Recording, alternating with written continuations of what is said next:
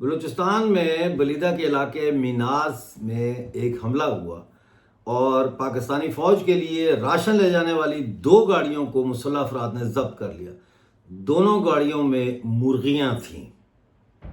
بلوچستان کے حالات سے ہر وقت باخبر رہنے کے لیے خبریں اور تجزیہ ڈاکٹر امجد ایوب مرزا پیش کرتے ہیں۔ پلیز چینل کو جوائن کیجیے۔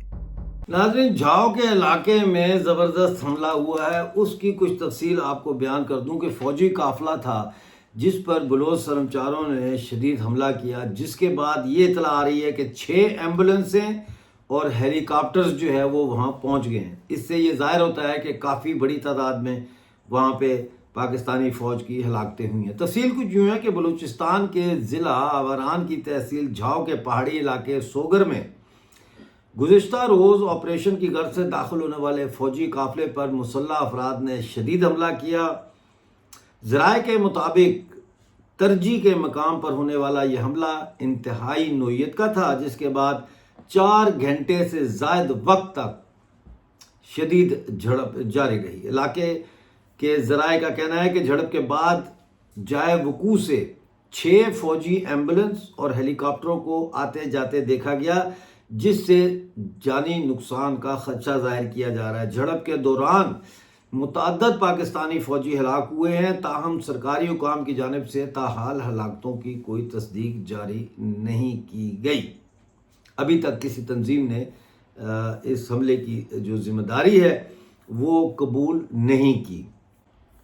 ادھر ناظرین، ایک اور خبر آ رہی ہے کہ بلوچ لبریشن فرنٹ اور بلوچ ریپبلکن گارڈ نے بولان چاغی اور ڈیرہ الایار میں مختلف حملے کیے ہیں، جس میں پاکستانی فوجوں کو بھاری جانی نقصان اٹھانا پڑا۔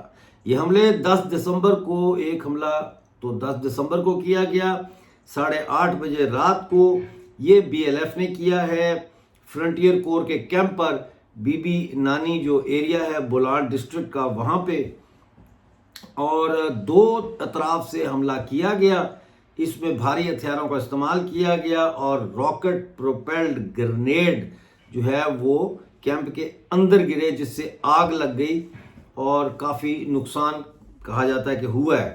ایک اور حملے میں بی ایل ایف نے 7 دسمبر کو رات 9:30 بجے چاغی بازار میں ایک پولیس چیک پوسٹ پر ہینڈ گرنیڈ سے حملہ کیا، جس سے پولیس کی گاڑی جو ہے وہ تباہ ہو گئی۔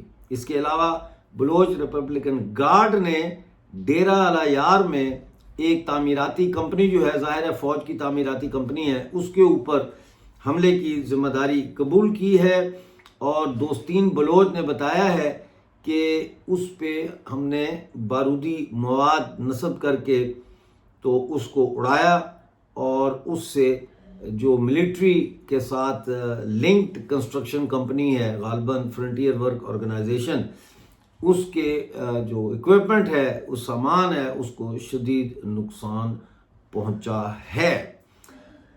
یہ سارا کچھ جاری ہے۔ کوئٹہ میں انٹرنیٹ بند کر دیا گیا ہے اور دفعہ 144 نافذ کر دی گئی ہے۔ گمشدگیاں اسی طرح سے جاری ہیں۔ بلوچستان کی جنگ آزادی اس وقت ایک انتہائی اہم موڑ پہ ہے، جیسے میں نے اپنے پچھلے ویلاگ میں بھی کہا تھا کہ اس وقت سب کی نظریں پاکستانی قبضے والے بلوچستان کی سول سوسائٹی آرگنائزیشنز کی طرف ہے اور طلباء کی طرف ہے، کہ طلباء کی تنظیمیں، خواتین کی تنظیمیں، لاپتہ افراد کی تنظیمیں، یہ اور جو بلوچستان کی آزادی کے لیے مسلح جنگ لڑ رہے ہیں، ان کے جو درمیان یہ کوئی ایسا سسٹم بن سکتا ہے کہ یہ سب ایک پیج پہ ہوں، یہ ایک بہت اہم سوال ہے۔ آج تو کئی شرمچار مرغیاں کھائیں گے، آج جو ہے وہ مرغیاں پکائی جائیں گی اور مرغیاں کھائی جائیں گی۔ جیسے ہی کوئی اور اپڈیٹ آتی ہے وہ لے کے آپ کی خدمت میں حاضر ہوں گا۔ اس وقت تک اپنا بہت سارا خیال رکھیے اور مجھے اجازت دیجیے۔